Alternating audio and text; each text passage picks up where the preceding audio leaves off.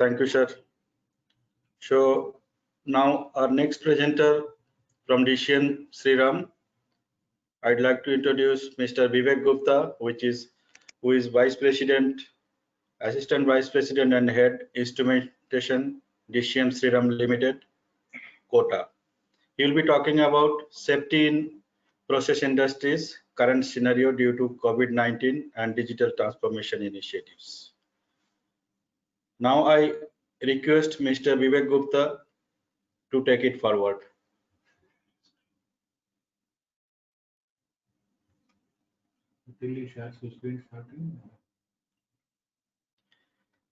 Yeah, sir, you can share your screen now, sir.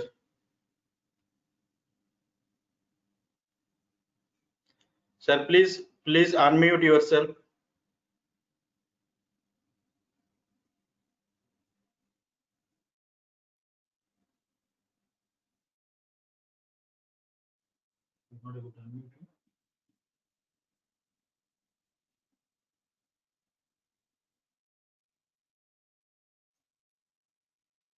Vivek, please unmute yourself. We're not listening to your voice. Can you please unmute? Presentation is visible. We're not able to listen to you. Please start, sir. Yeah, is it now okay? Yeah, nice, fine, great. So, namaskar and dear brothers and sisters, once again, thanks a lot to ARC for giving me this opportunity to present in the current scenario about the safety in the process industries, specifically with respect to the COVID-19 and how the digital transformation initiatives can help us. See, we all are working either from home or attending the virtual conferences and summits.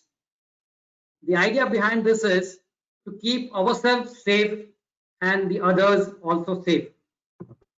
So if we see that why this safety has come in between this digitization journey, here I just want to tell you that safety is a culture in the process plants. Process plants, whether they are new or old, in addition to run efficiently, they require safe operations for its useful life. We have seen many accidents taking place, many lives are lost, or many have become disabled. Strong and visible commitment is the basic component of the safety management system. Now, in the current scenario, once we talk about safety, safety of whom? Safety of man, the workforce which is working, safety of the machines, safety of the process, safety of the surrounding environment, as well as the safety of the visitors and the community in the nearby locality. Specifically, if we talk about the current COVID scenario, many accidents have taken place in our country too, where somewhere the safety checks must have been missed. Now, special safety steps have to be taken to remain safe and others also safe. Let me tell you why we are talking about safety in this current scenario. We all know that there is an anxiety, stress, fatigue, uncertainty, tension, long working hours, social distancing. These are some of the few points in the current scenario because the factories were started after a long gap. We are in the uncharted waters. Unknown things are going to happen. And why not? Because they were all unforeseen shutdowns. See, if you take a systematic shutdown, you know what all has to be done. But after the shutdown, when the plants are started, there are many things which need to be seen.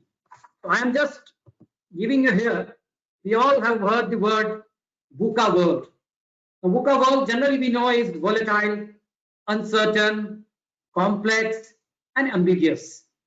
But in the current digitization world, where everything is moving towards digitization, or somebody called it digital transformation, where the things are taken place, it has taken a different view.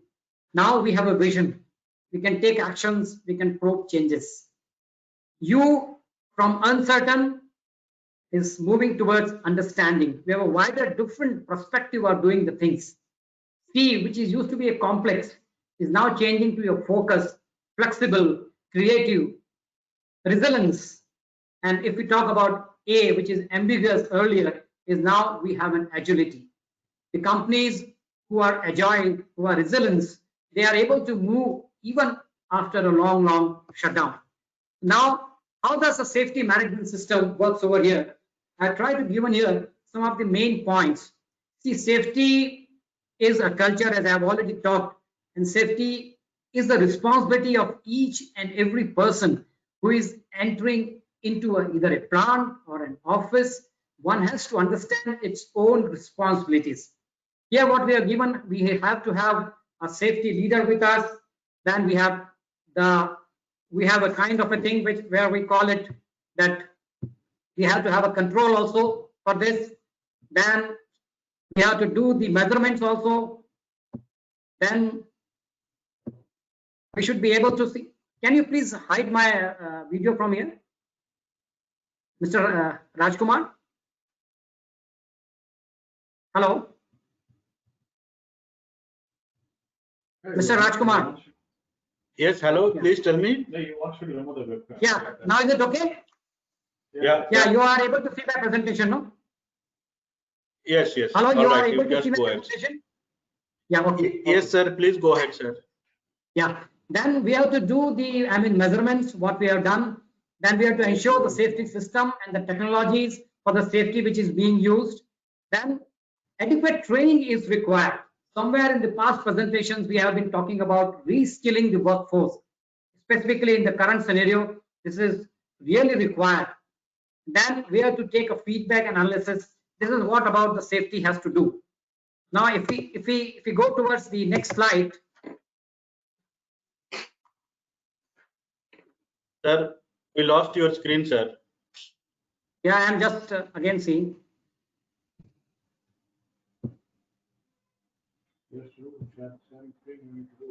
I don't know what has. Yes, already. Please open your PPT, sir. Yeah, that is. I'm just trying it. Is it now okay? Yeah. Right. Please So go ahead, sir. Now, if we talk about the two things which is normally happening with respect to safety, there are two kind of things. One is unsafe acts and another is unsafe conditions. See, both the things are going to exist, but mostly we are finding that whenever the accidents or injuries are taking place, it is mostly due to the unsafe acts. And unsafe acts are totally related to the behavior. There may be unsafe conditions in the plant. Then the act which a person is doing or actions we are doing, one has to do it very, very carefully. Even we see that our most skilled employees sometimes make the accidents and display some kind of unsafe acts. So here I want to bring a point about the unsafe behavior.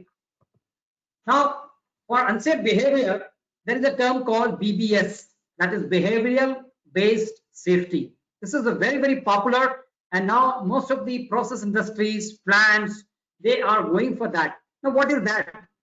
Actually, what happens is we have a kind of a thing that whatever we are doing it correctly. But there are conditions where people behave indifferently. You know that when you are taking a truck back, there has to be a kind of a thing. We know when we take back our car somewhere else, a pip sound comes, so that a person as well as you know that your car is taking back. So now there are three kind of approaches which is nearly required to be done for behavioral based safety. Is one is top down. Now top down has a management driven process where supervisors, they measure the behavior and then they give 1:1 feedback. Second one is the bottom up. The bottom up is where the employees driven process means the front line participation. they themselves create a kind of a thing where the behavior has been different from what was desired. And third one is collecting. Collecting is where the analysis is conducted by the behavioral safety team. Now here the behavioral safety team will have both kind of manpower, that is the supervisors also, as well as the frontline participation, that is the workmen who are doing it. So slowly the organizations have to eventually move towards adopting a collective approach so that we can tell where the mistake has been done with respect to the unsafe behavior which has resulted into an accident. Now there is one term, complacency. We have already seen that a person who knows very good swimming, he also has a problem. He faces an accident. Why? Because he is overconfident. He sees that I know to swim very well. But a person who learns swimming as a learner, as a fresh, will take all kind of safety precautions when he is doing. So complacency, if we say that we all do it, and more successful you and your team become, the more you slip into the cycle of we are the best, all is fine. It is nothing more than being comfortable in one's own skin. So it is an interesting thing that cannot be seen, but can certainly be felt. And complacency has resulted number of accidents in the plants. Specifically in the current scenario, later we move to the slides, we will know how this has resulted and how it should be taken care. Now, because of that, behavioral safety in our DCM Shriram, what we have done is each and every plant have prepared some 4 or 5 specific areas where the behavioral based safety has to be watched. I'm just showing you a small example. We have a chloralkali plant over here, and then we have to do a cell voltage monitoring where we produce the caustic soda. So here is a chart. Now this chart is basically done to check the behavior, means whether you have taken a permit, you are given a toolbox stock, whether the right PPs are used, where the electrolytes are grounding, and blah blah. There are you can see that the list is running into 22 points. Now whenever the job is started, it can be done simply by taking a work permit. Work can be done and it can be returned back. But no, there are chances that people will lose or forget some of the steps to be taken, and that may result into an accident. So for behavioral based safety in the plants, one has to prepare a check chart and it has to be honestly followed. And slowly we can graduate and we can take upon the new behavioral based actions where the more and more kind of an control, more and more kind of monitoring is required so that we can ensure that no incidents, accidents, first aid takes place. We can say that we cannot be a risk-free, there can be no zero accident, but we can mitigate the accidents by following these steps. Now, these were the things which were something related to behavior. Now, as far as the control systems are concerned, they can also be made fully, in a fashion that the safety points are also taken up. The word which is widely used is SIS. SIS is Safety Instrumented System. Now, it is a system which is designed to prevent or mitigate hazardous events by taking the plants when predetermined conditions are violated. They are by taking the plant to a safe conditions. This is widely known as ESD, emergency shutdown. Some people call it as safety shutdown. Some people call it as safety interlocks kind of a thing. So what is actually this is doing? Whenever the plant engineering is done and the safety has to be always taken into considerations, the hazard studies are being done and the safety integrated level has to be decided that in the case of the likelihood of an accident, what is going to be there? What are the risk reduction factors?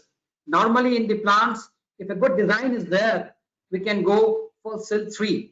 In our fertilizer plant, we have an ammonia where the ammonia is actually produced. There the SIS system is there. Now the SIS system is basically, it is in conjunction working either on the same platform of BPCS, that is balance of plant control system, or it can be different. both have got pros and cons, but the SIS system is essentially to be in place because here the final element is different than what we are having in BPCS. Now, why the interface control and safety system? See, a process variable is there. Suppose there is an abnormality, there will be an alarm, and operator intervention will require.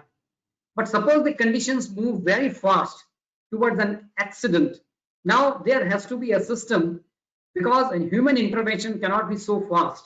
Even the control system where we have a single input, single output kind of a thing, it also cannot do it. Somewhere people install advanced process controls also.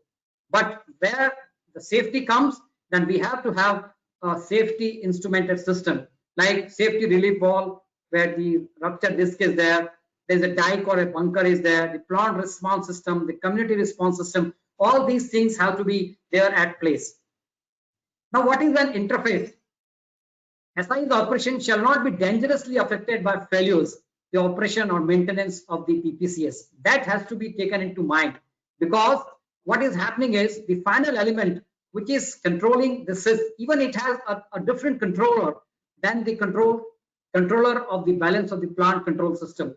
It can be on the same network because the networks are redundant. So we have ensured that the SIS is always in place. Even the alarms which come from SIS have got a different kind of a color. Now, what are the benefits of this integrated control safety systems of the operation?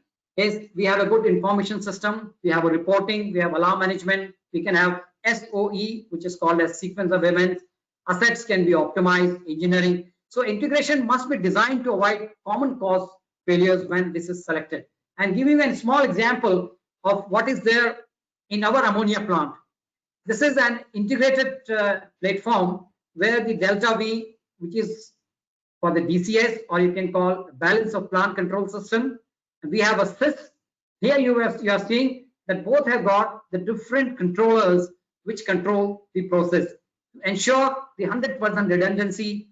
And in no event, if BPCS also fails, SIS will not fail and continue to do its own job. Now, this is a kind of a cause-effect table, which is really made.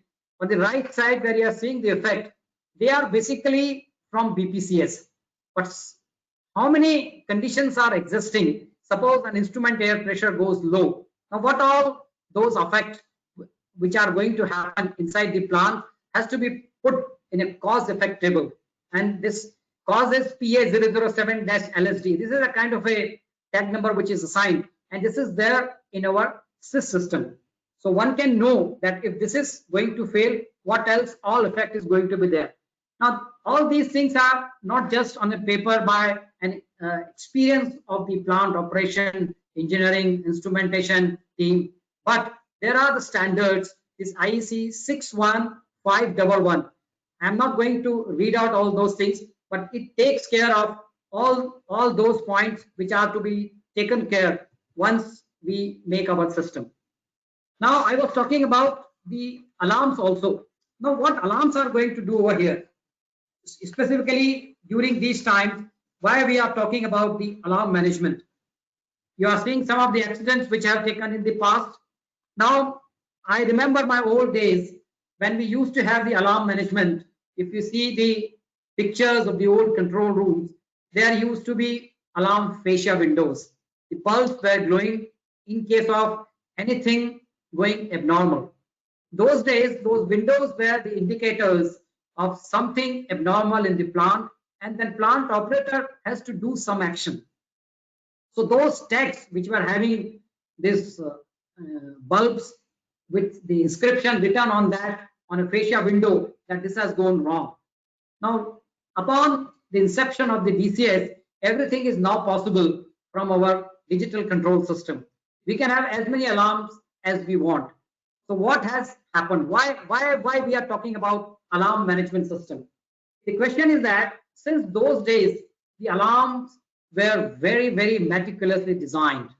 The mechanical, the electrical, the process, the instrumentation team, there used to be a cross-functional team which used to sit and decide what all are those important points when they go abnormal, it should be brought into the notice of the plant operator. And during those were the times when there were only those alarms which were needing action by the operator. Now, I'll just give a small example. While we design a DCS system, we can say, suppose there's an analog point, we can have 4 kind of alarms over there: low, low, low, high, high, high. Now, normally when the designing is done, the due importance to the alarms are not being given. What happens is, whenever abnormal conditions happen in the plants, thousands of alarms come. Now, the alarms which really need the attention of the operator is lost. Why? Because so many alarms are coming, and a human eye cannot go through that and take an immediate action. Because the operator, the poor man who is sitting in front of the operating workstation, he has to do. So there has been a study that how many percentage of the alarms account for what. So we see that the 40% are due to the equipment, which is often preventable. 40% are due to people, which is almost always preventable, and 20% are due to the process. Now, this 20% is the figure where actually the study has to be done. That's why the alarm management has come into existence, and there are standards which are given by ISA and by European standards also, which are there. So what actually they will do it, this alarm management system, what benefit it will give? It will give that we comply to the best practices, improved safety measures, improved production and human performance, improved shift handovers, the reduced insurance rates. We have seen that when the accidents have taken place, now the insurance companies, they actually take the snapshots. Was there an alarm when this has gone wrong? Suppose a fire accident takes place, even a person dies in the plant, they would like to know what is your frequency of checking the alarms. Sometimes it happens that alarms not comes for months together. So has it been regularly being checked in the shutdowns or in preventive maintenance kind of a thing? These kind of things are always checked. So it is not a standard, it is a kind of a regulation. Electrical Manufacturers Users Association 191, this is the standard being followed by Europe, and similar a standard is by International Society of Automation, that is ISA 18.2. Both of them give the same kind of things. Now here I just want to give a very good thing which I think each and every process industry should look into that. What a human eye can take an immediate action in case of the alarm. Alarm means one has to be very clear, only those points should be given an alarm where an action by an operator is needed. Now in human eye, which is very likely to be acceptable as per the international both standards which we have just seen, is 1 alarm per 10 minutes per operating position. That means suppose if you have 5 operating workstations where 5 people are seeing, operating position means it's every operating workstation 1 person is operating the plant. Then if 1 alarm comes per 10 minutes, it is very likely to be acceptable, means a person can take action, and maximum it can go up to 2. So we can see that 3 alarms per day per operating position is a comfortable figure. So what we can do is, what we have done at DCM is, because our plants are quite hazardous. We have fertilizer plant, we have PVC plant, we have calcium carbide plant, we have cement plant, and we have power plants. So every plant has got a different kind of hazard. The alarms which we have done is, we have done the top 10 techs, top tech 10s, which I mean to say is the alarms which have come first with top 10 frequency in a day, and then we can study that why these alarms have come. Are they really due to the abnormal position of the plant, or the limits which are being given to the alarms are really required to be changed, because our process is normally running within that band, and every time it touches, the alarms are coming. So that need to be studied. The top 10 tech analysis should be done by the plants, so that we can have the more and more attention of the plant operators and he can take actions on the really conditions which require his attention.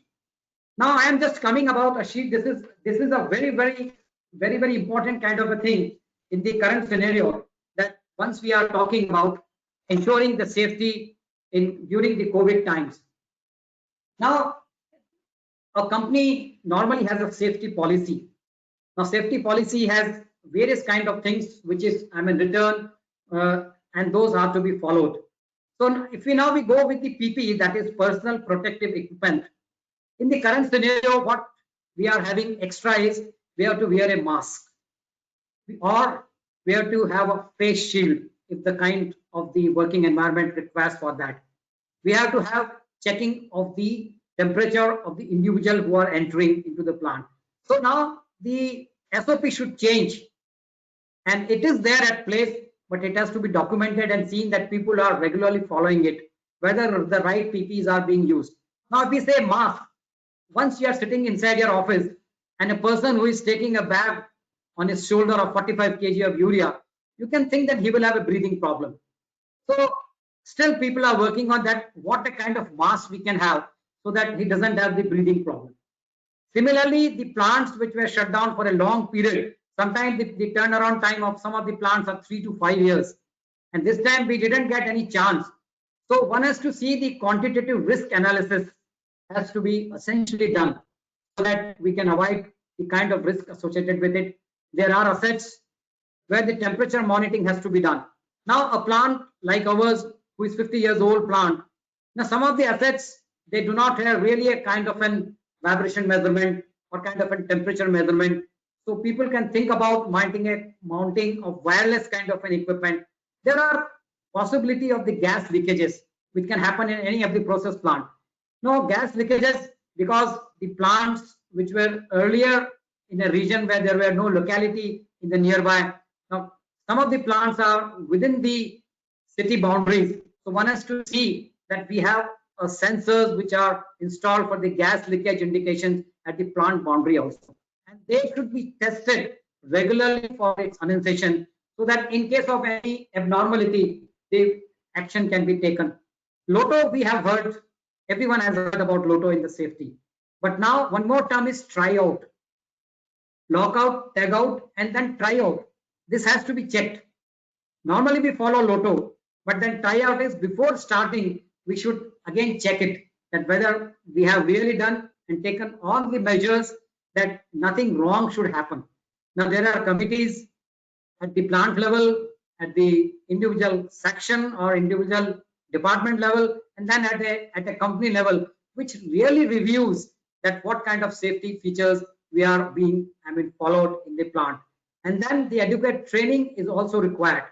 Now, if I talk about training, it looks to be a very simple. The training looks to be a very simple, it can be given. But in the current scenario, we have to take a feedback. Its effectiveness of the training, where really people are really following it or not. And if not, why? What are those issues? In our DCM, we have started, along with the toolbox talk, we have started giving COVID prevention talk also.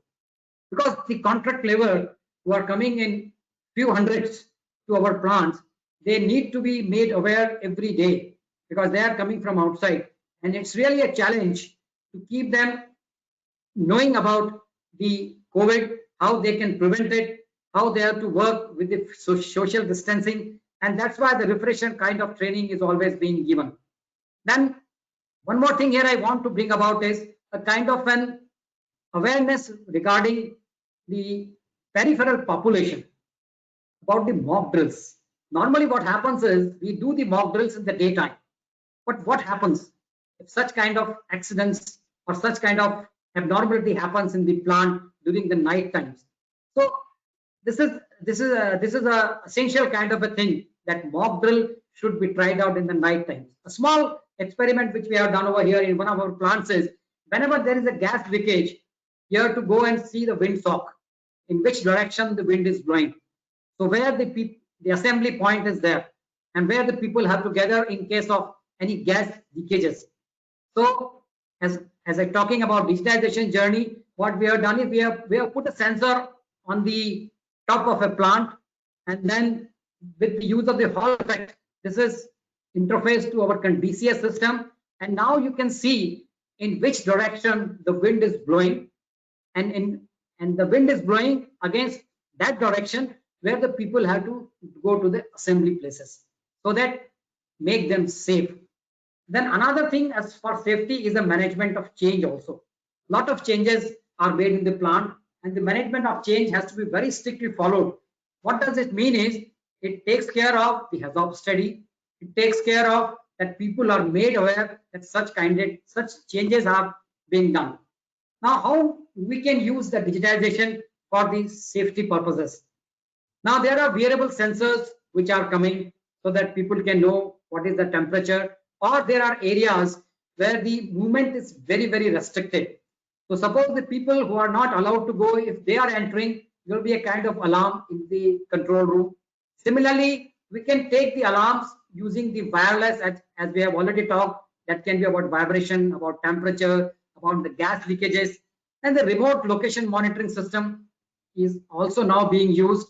Now, one more good thing is that in the older plants, we have various off-site equipment, because in the earlier plants, the air compressors, the loading unloading operations, these were not used to be a part of DCS. The newer plants may have. Now, something goes wrong in these things. Now, how to do it? So that remote monitoring option, either through the use of Modbus kind of a thing, we can have it so that the persons who are sitting in the control room, or the plant in charge, or the maintenance in charge, they are made aware that something is going wrong over here. Similarly, the use of air emission and effluent quality online is also equally very, very essential to take our plant to a safer stage. Even the CCTV cameras are also being used for monitoring the air emissions which are coming from the stacks.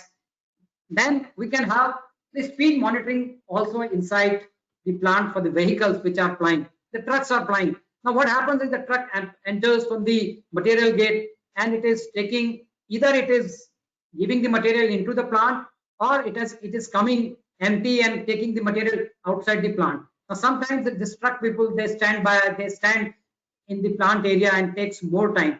So this monitoring also is equally very, very essential.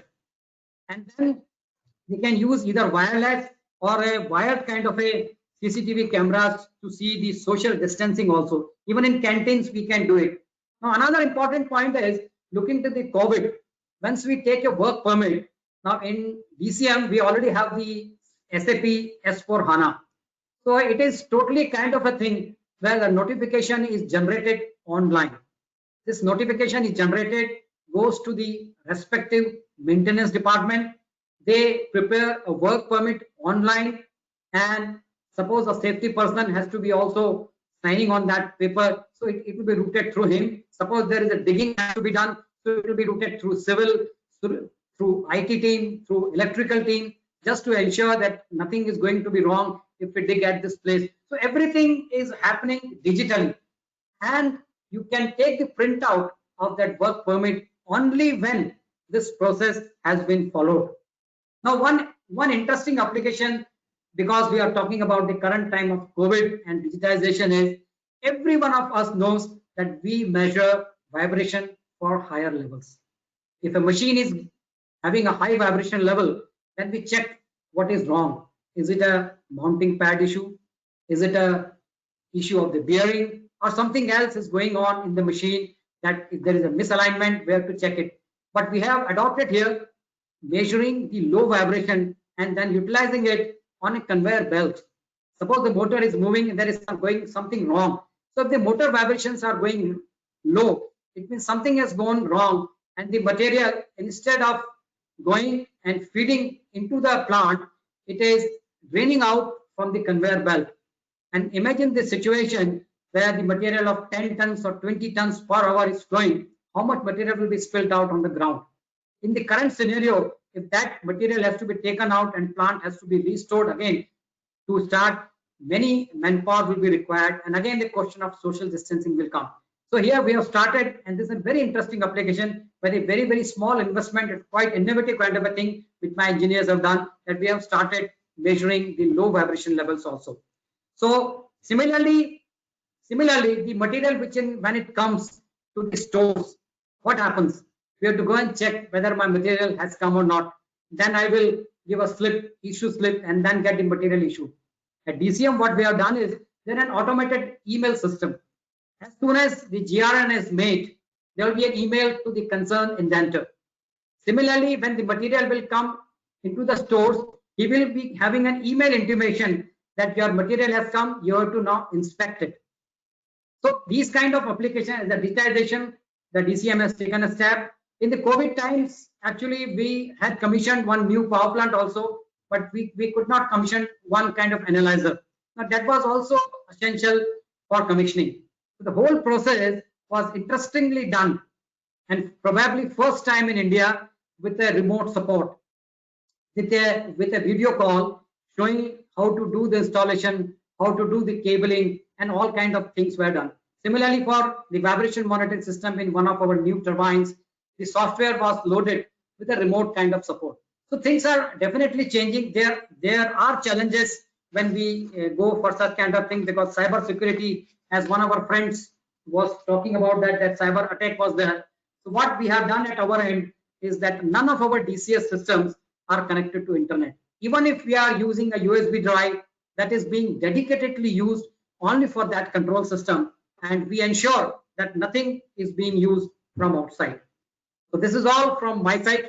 Thank you once again to ARC team for giving me this particular opportunity. Stay safe, stay calm, stay informed, and more importantly, in this present scenario, stay connected. The communication is the key to success. Thank you very much. Thanks, Vivek, for an elaborate presentation. We have a query from one of the audience. They want to know, in the DCM Sriram, do you have an alarm management system? Is integral part of the DCS or is it separate? This is question number one.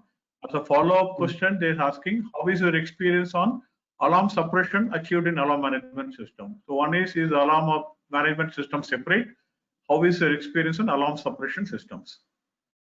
Okay, thank you. That's a good question. In fact, as I was talking about, the alarm management system was not procured with the original DCS. But as we gained the experience working in the plants, we found that it is difficult for the plant operation team to handle so many alarms. So what we did is, we did at our own end, we did the top 10 tag analysis. And this is a continuous process. Nobody can say that now my alarm management system is perfect. So this top 10 tag analysis was done at our end also, with the help of our process, our electrical, our mechanical people. And slowly we have seen that the international standards, which just I was sharing in my presentation, in our ammonia plant, we have already achieved that figure. So our experience is quite good. There is no, I mean, if you ask me, if you have not bought the system, you can internally have a cross-functional team with electrical, mechanical, process, and instrumentation team has to take a lead. And then all these things with the past experience, as well as the design parameters of the equipment on which the alarm has to come, we ourselves can design a very good alarm management system in our plants. I hope we have given answer to both the questions. Vikram, thank you, Vivek. It's been an excellent presentation, and we'll